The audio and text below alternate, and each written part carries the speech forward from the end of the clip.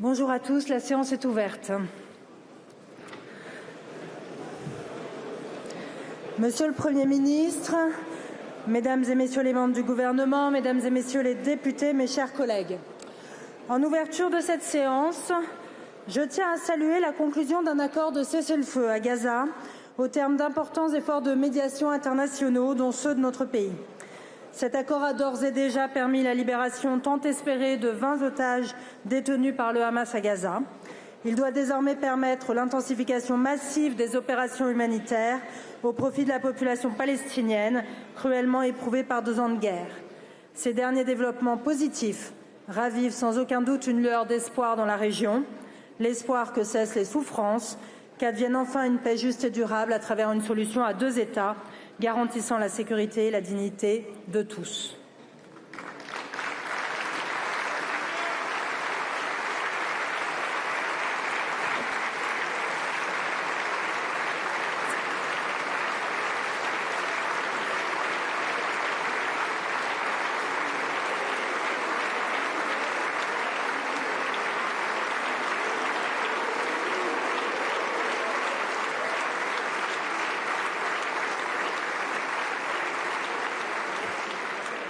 Je vous remercie.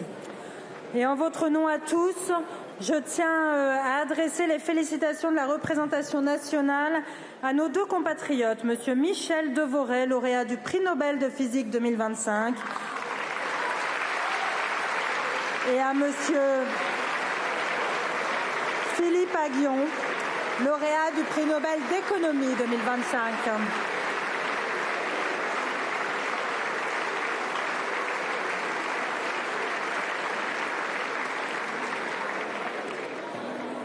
Alors, je vous indique que j'ai reçu le 13 octobre 2025 une communication du ministre de l'Intérieur m'informant que le 12 octobre ont été élus Monsieur Pierre-Henri Carbonel, député de la première circonscription de Tarn-et-Garonne,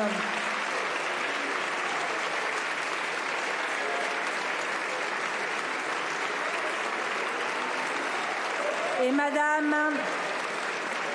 Madame Nathalie Cogia, députée de la 5e circonscription des Français établis hors de France. Et je suis heureuse, en votre nom à tous, de leur souhaiter la bienvenue à l'Assemblée nationale. Alors j'informe l'Assemblée que j'ai pris acte, lundi 13 octobre 2025, du dépôt de 2 motions de censure en application de l'article 49 alinéa 2 de la Constitution. L'une déposée à 8h13 par Madame Mathilde Panot et 86 députés. L'autre déposée à 9h50 par Marine Le Pen et par Éric Ciotti et 56 députés. La conférence des présidents a décidé ce matin que la discussion des 2 motions de censure aurait lieu ce jeudi à 9h. L'ordre du jour appelle la déclaration du gouvernement suivie d'un débat en application de l'article 50-1 de la Constitution. La parole est à Monsieur le Premier ministre.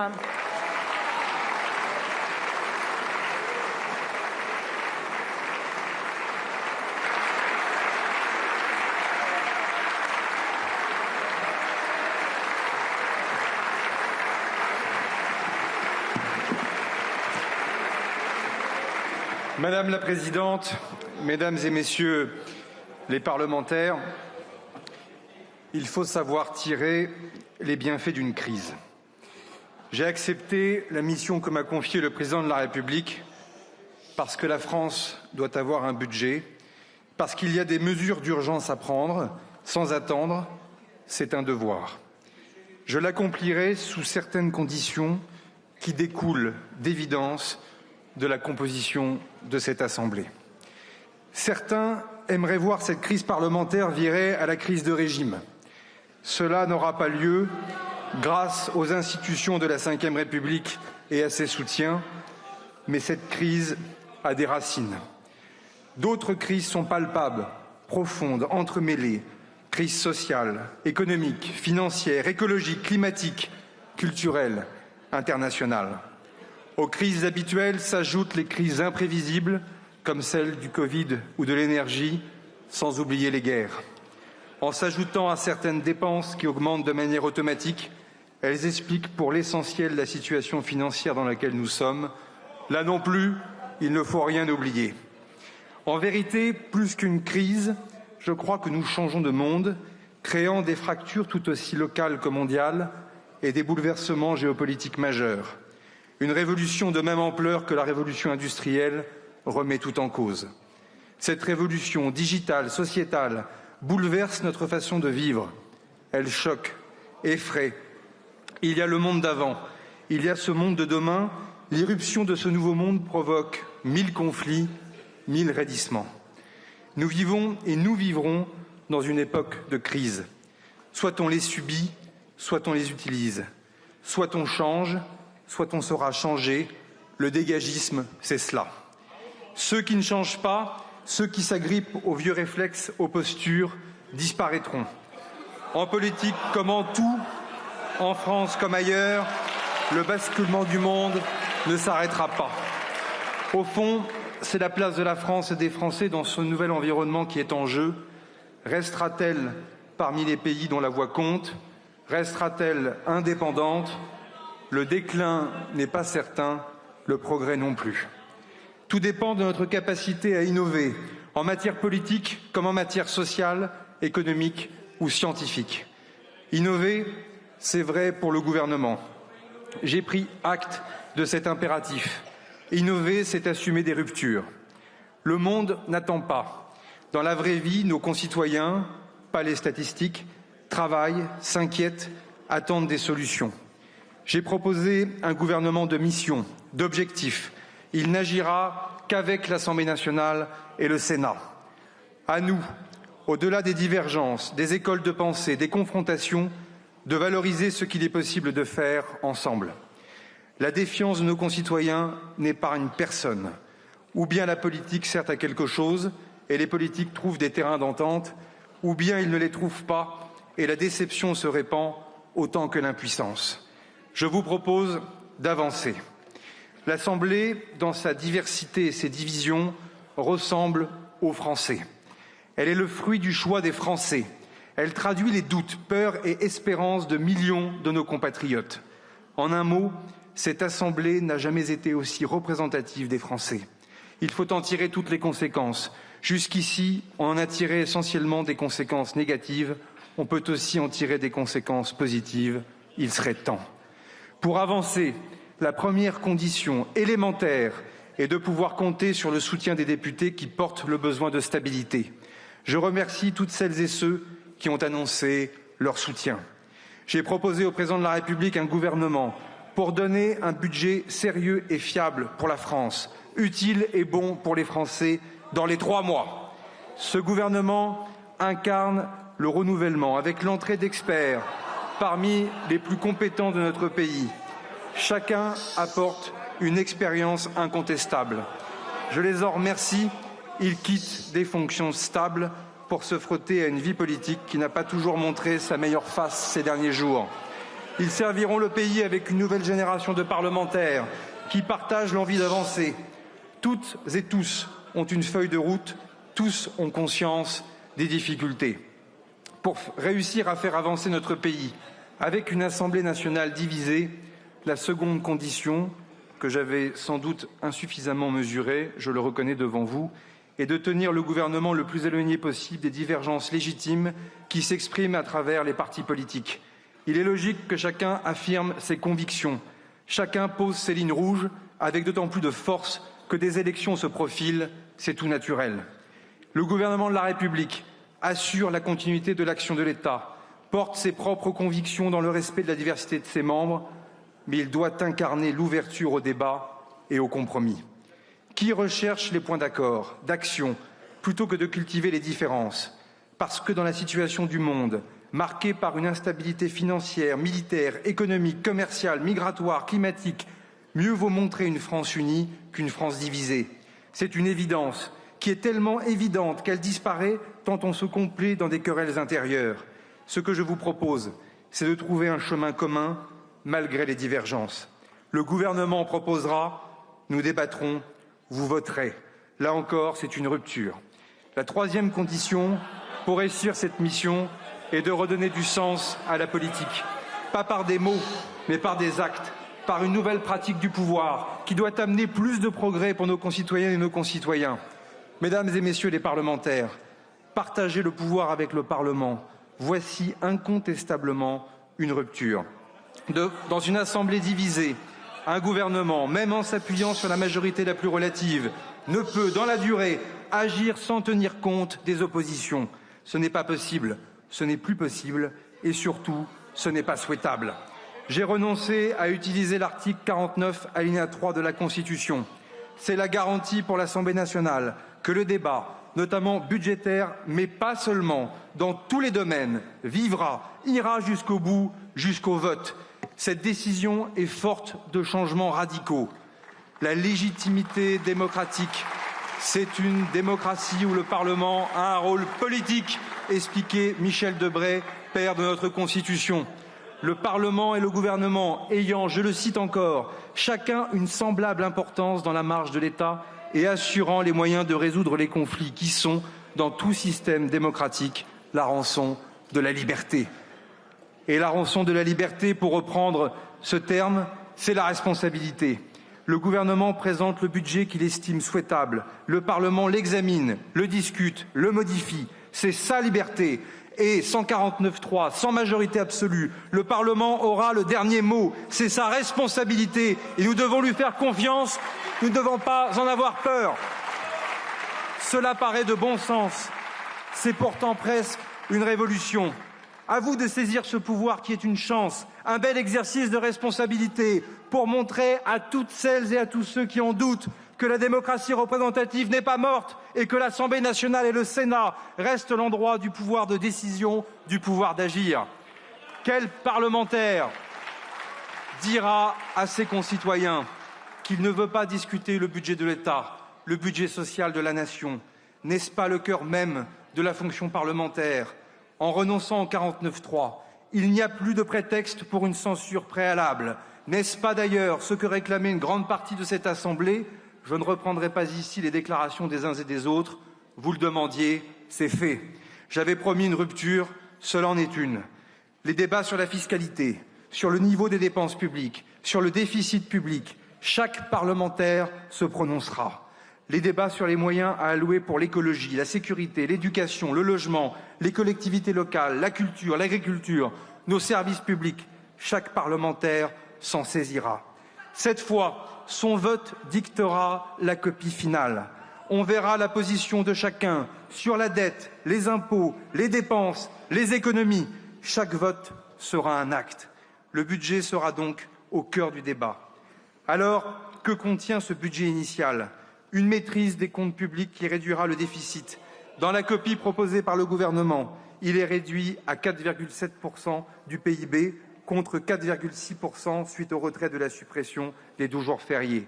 Comme je l'ai déjà annoncé, dans tous les cas de figure, à la fin de la discussion budgétaire, ce déficit devra être à moins de 5% du PIB, car cet impératif de souveraineté s'impose à nous tous.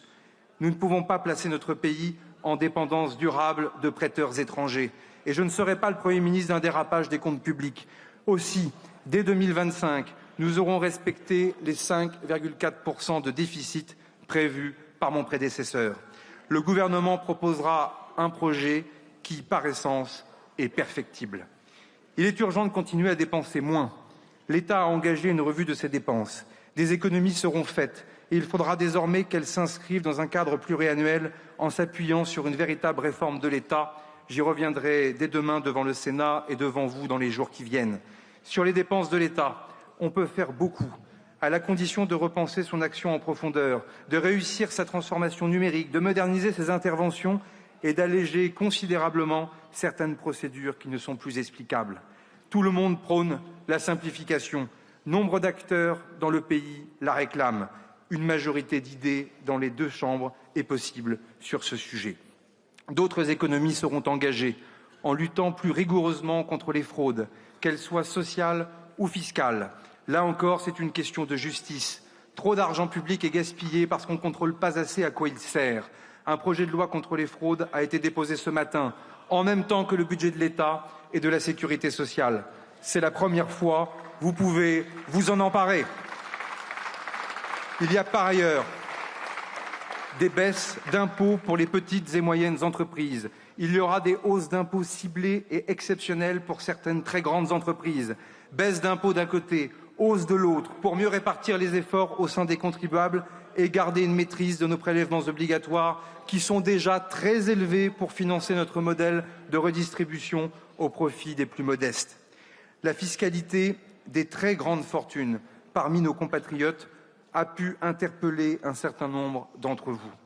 Là aussi, il faut reconnaître qu'il peut y avoir des anomalies. Nous croyons que réussir par son travail est une bonne chose. Nous voulons une société où il est bon de travailler, de réussir et d'innover. Nous voulons aussi être vigilants au consentement à l'impôt. Mesdames et messieurs les députés, encadrer l'optimisation fiscale, en particulier celle qui passe par les holdings, est une première réponse.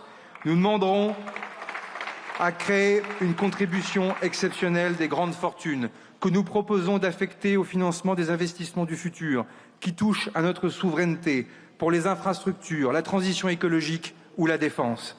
Là encore, mesdames et messieurs les députés, le débat parlementaire aura lieu. Il permettra à chacun de faire valoir ses arguments en ne perdant jamais de vue que derrière la fiscalité se pose la question du consentement à l'impôt, de la confiance et de la justice. Le débat fiscal doit être aussi un débat sur l'emploi et la croissance, raison pour laquelle je ne suis pas favorable à ce que le patrimoine professionnel soit touché. Je ne détaillerai pas les mesures fiscales maintenant. J'ai ouvert le débat sans tabou. Je vous exposerai moi-même, avec les ministres, les propositions que j'ai faites, les modifications que je soutiendrai et celles que je combattrai. Le gouvernement proposera, nous débattrons, vous voterez. Sans utilisation du 49.3, le gouvernement devra changer de méthode. Il faudra des discussions préalables, des compromis, le souci du détail et ne jamais refuser la technicité et l'âpreté du débat. La loi se fera ici, pas à Bercy.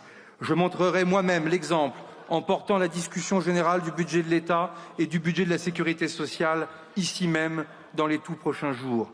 Une fois de plus, le gouvernement proposera, nous débattrons, vous voterez. Mesdames et messieurs les parlementaires, je veux maintenant vous parler d'un sujet majeur qui a traversé notre pays, qui l'a parfois fracturé, le mérite, la dignité et le courage des travailleurs, la légitimité d'une bonne retraite. La fierté d'être travailleur, c'est la fierté de nos entreprises qui ne sont pas l'affaire que des patrons, mais aussi de tous les salariés. C'est celle de notre industrie, de toutes nos industries et de leurs filières, électronique, automobile, nucléaire, chimique, métallurgique, aéronautique, militaire. Cette fierté, c'est celle du goût de l'effort partout et pour tous. L'effort mérite reconnaissance et récompense. Le gouvernement sera du côté des travailleurs et de celles et ceux qui veulent travailler. Le travail est la condition indispensable à la croissance et au financement de notre modèle social. Il nous faut nous attaquer à deux problèmes majeurs. Les Français, quand ils travaillent, sont productifs. Par contre, ils accèdent trop tard au travail et en sortent parfois trop tôt. Le deuxième problème est qualitatif.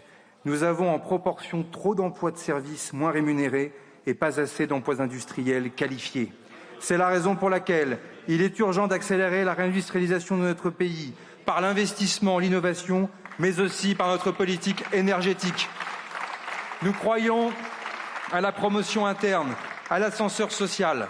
Je demanderai au ministre du Travail et des Solidarités d'engager dès cet automne des négociations par branche pour développer des parcours permettant aux salariés en bas de l'échelle de devenir agents de maîtrise et cadres.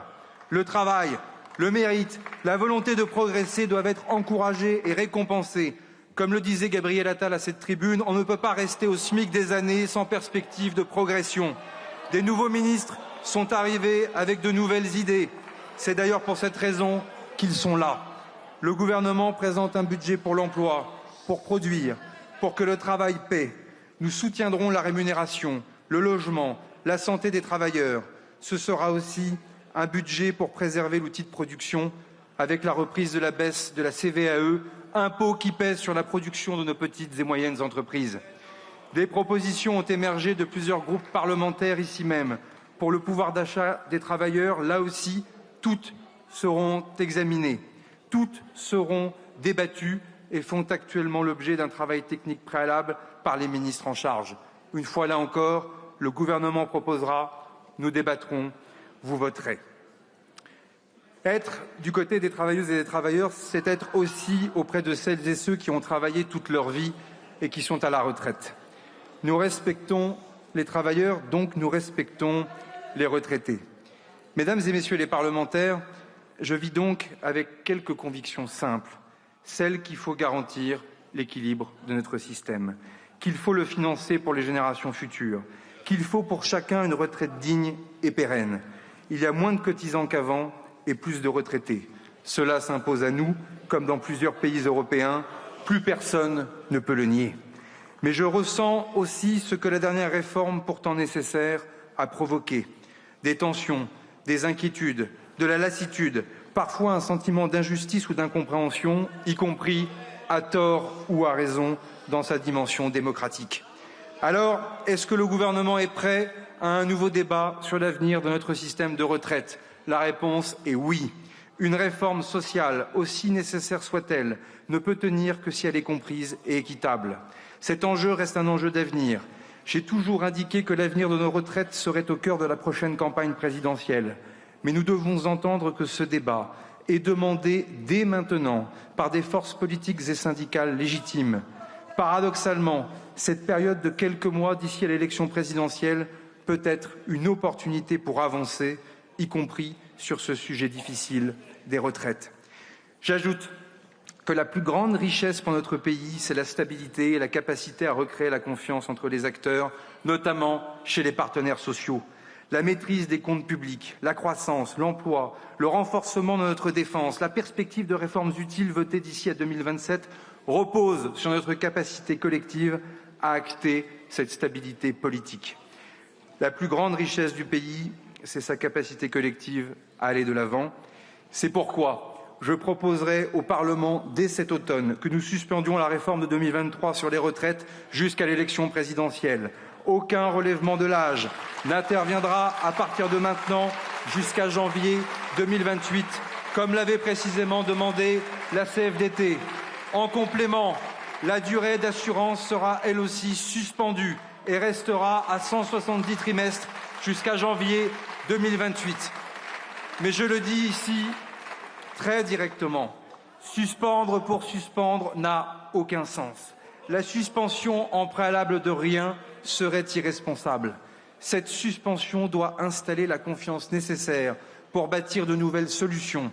La suspension pour faire mieux est la solution si chaque acteur sait en tirer quelque chose.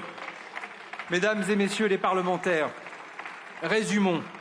L'Assemblée voulait que je n'utilise plus le 49.3 ou pas le 49.3. Je m'y suis engagé. L'Assemblée voulait débattre à nouveau des retraites. Elle en débattra et chaque parlementaire pourra défendre ses opinions. L'Assemblée voulait que le gouvernement suspende la réforme en attendant un débat, une solution, un vote. Je le fais, ce qui permettra d'éclairer le débat lors de la future élection présidentielle. Mais je veux être très clair, je n'endosserai pas n'importe quoi.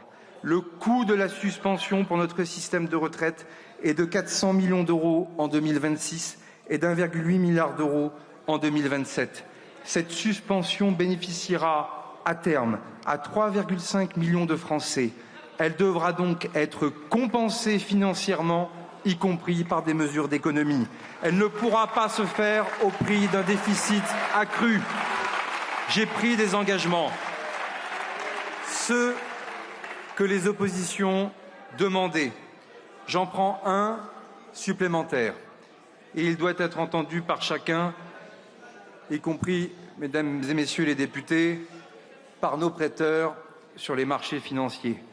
Je n'endosserai pas un résultat qui mettrait en danger la crédibilité de notre pays et encore moins notre système de retraite tout entier.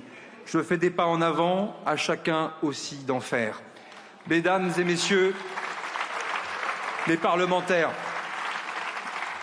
je veux être encore plus précis. Suspendre doit être une opportunité. Débattre de la question des retraites n'est pas seulement une équation financière, elle est partie intégrante de notre contrat social. Et ce contrat a besoin, lui aussi, d'une refondation, d'innovation, de rupture. Ce gouvernement est prêt à renforcer le paritarisme, à faire confiance à la démocratie sociale. Une fois encore, suspendre la réforme n'a de sens que si c'est pour aller plus loin. Je propose, dans les prochaines semaines, d'organiser une conférence sur les retraites et le travail en accord avec les partenaires sociaux. Grâce à la suspension, cette conférence aura le temps de se prononcer avant l'élection présidentielle. Elle se posera la question de l'ensemble de la gestion de notre système de retraite. Certains veulent des systèmes par points, d'autres par capitalisation, d'autres veulent abandonner toute référence d'âge. Mais ces propositions ne valent que si l'on sait qui est responsable, aux partenaires sociaux de s'emparer ou non de cette responsabilité de gérer le régime. Ce serait revenir aux sources historiques de notre modèle de retraite. C'est d'ailleurs ce que font toujours nos voisins européens. Le gouvernement y est prêt. J'ai confiance dans la démocratie sociale, confiance dans la démocratie parlementaire. Si la conférence conclut, le gouvernement transposera l'accord dans la loi et le Parlement décidera. Sinon, il appartiendra aux candidats à l'élection présidentielle de faire leurs propositions et aux Français de les trancher. Elle pourra rendre ses premières conclusions au printemps prochain. Mais il y a aussi des urgences. J'ai inscrit, comme s'y était engagé mon prédécesseur, dans le budget de la sécurité sociale, une amélioration concernant les retraites des femmes. Là aussi, je pense que c'est consensuel, inutile d'attendre. La conférence devra aborder d'autres sujets cruciaux, comme l'attractivité de certains métiers indispensables, le travail pénible, l'usure au travail et les carrières longues. Voilà une discussion qui était bloquée depuis 23 ans. Paradoxalement, la rupture, c'est de conclure. Là encore, le gouvernement proposera, nous débattrons, vous voterez. Je le dis sans détour. Suspendre, ce n'est pas renoncer, ce n'est pas reculer, si nous savons utiliser ce temps avec intelligence et volonté d'avancer. La cohésion sociale, l'unité du pays et donc sa stabilité sont une force. La division, elle, a un coût, chacun doit l'assumer. Mesdames et messieurs les parlementaires, partage du pouvoir entre le gouvernement et l'Assemblée, partage du pouvoir entre le gouvernement et les partenaires sociaux, partage du pouvoir aussi avec les collectivités locales. Pas pour faire plaisir aux élus locaux, j'en suis un, mais pour être efficace au service des Français. On le dit souvent, on le fait rarement. Déjà, avec une urgence sensible, la réforme institutionnelle pour la Nouvelle-Calédonie. La fin des accords de Nouméa a laissé un vide institutionnel qu'il faut combler pour permettre la paix sur le Caillou. L'accord de Bougival permet un chemin de réconciliation. Il doit être transcrit dans la Constitution. Le gouvernement proposera la discussion de ce texte avant la fin de l'année, afin que les Calédoniens puissent être consultés au printemps 2026. C'est une urgence. Mais ce serait une erreur de croire que la Nouvelle-Calédonie est un cas à part. La question des Outre-mer se pose aussi avec la même urgence. Un projet de loi concernant la vie chère est prêt. Il ne faut pas attendre. Certains territoires, comme aux Antilles et en Guyane, réfléchissent à leur avenir institutionnel. Nous devons les accompagner. Un projet de loi constitutionnelle concernant la Corse, fruit de 2 années de discussion, lui aussi est prêt. Rien ne serait pire pour l'État que de renier sa parole. Là aussi, l'Assemblée nationale et le Sénat débattront et trancheront. Nos concitoyens veulent que le pouvoir soit proche d'eux, adapté aux réalités de terrain. Je proposerai donc en décembre un projet de loi pour renforcer le pouvoir local, un nouvel acte de décentralisation. Lui seul permettra de réformer l'État de manière globale et d'améliorer le fonctionnement de tous nos services publics. Qu'est-ce que l'on attend de l'État? C'est la question centrale. La police, la justice, la sécurité, la défense, les relations internationales. Dans ces domaines, les budgets ont augmenté depuis 2017 et continueront d'augmenter. L'État s'est renforcé parce que ce sont des missions que lui seul peut exercer. Pour le reste, quel doit être le niveau de décision locale? Qui est responsable de quoi? Je proposerai un principe simple, celui de l'identification d'un seul responsable par politique publique. Il s'agira soit d'un ministre, soit d'un préfet, soit d'un élu. Il ne faut pas décentraliser des compétences, il faut décentraliser des responsabilités avec des moyens budgétaires et fiscaux et des libertés, y compris normatives. C'est aussi une formidable occasion de repenser complètement notre planification écologique et énergétique. Nous ferons des propositions précises. Le gouvernement peut-il engager cette réforme dans les 3 mois? Vous vous dites que cela prendra du temps. C'est précisément parce que cela prendra du temps qu'il faut engager cette réforme tout de suite.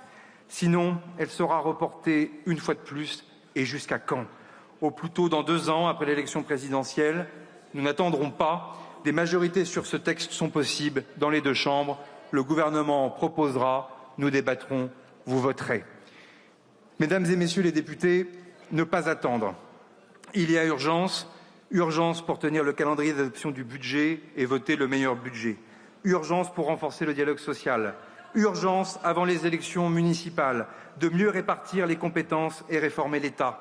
Si les débats de cette Assemblée débutent cette semaine, cela permettra, via les discussions budgétaires, de répondre aux urgences pour la santé, l'accès aux soins avec France Santé, pour défendre l'environnement, la sécurité, pour la loi de programmation militaire. Il y a des urgences, il y a des projets de loi qui sont prêts pour les polices municipales et la sécurité du quotidien, pour le statut de l'élu. Des discussions sensibles doivent se poursuivre, notamment sur la fin de vie. Des combats doivent sans cesse être menés contre le racisme, l'homophobie, l'antisémitisme, pour l'égalité entre les femmes et les hommes. La soif absolue de nos compatriotes pour leur sécurité, pour la justice et le respect de la loi doit être entendue sur chaque banc de cette Assemblée. Les enjeux migratoires à venir, tant liés à la démographie, au réchauffement climatique et au terrorisme, posent un défi imminent qui ne peut être nié. J'y reviendrai. Les ministres y reviendront, à condition d'oser discuter, agir, avancer.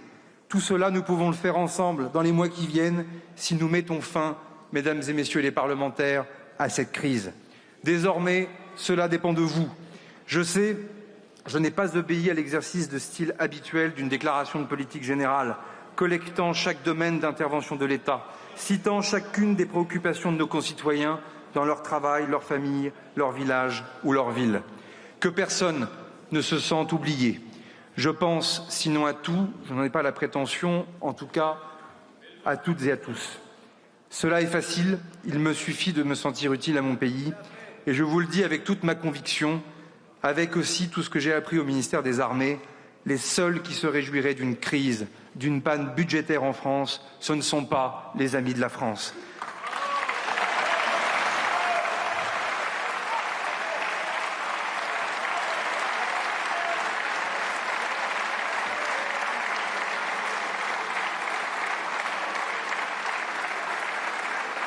Qui, parmi les Français, se sentira mieux si la France se divise plus encore, si elle est plus faible, si elle repousse les questions de fond et les questions d'urgence à plus tard? Je ne vous ai pas fait un discours de politique générale convenu. Je reviendrai ici pour expliquer la politique que le gouvernement entend mener sur les sujets fondamentaux. Je me suis engagé à revenir pour expliquer le budget, parce qu'il traduit une politique pour la France. Mais je reviendrai aussi sur les questions de sécurité, d'immigration, d'énergie, de transition écologique, d'éducation, du numérique.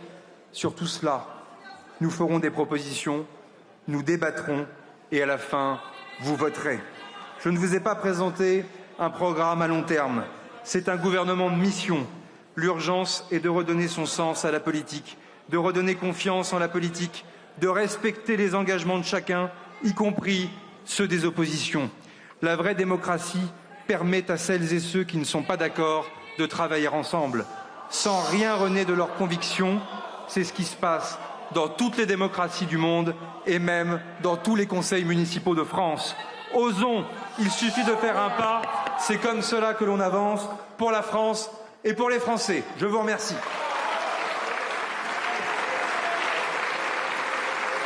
Merci beaucoup, Monsieur le Premier ministre.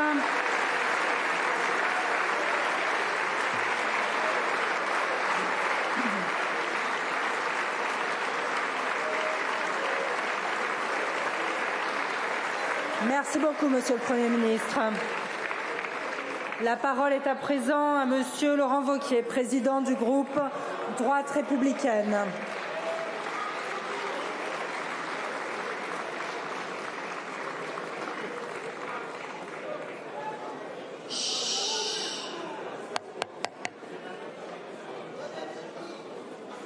S'il vous plaît, je vous remercie de quitter l'hémicycle en silence, s'il vous plaît, pour les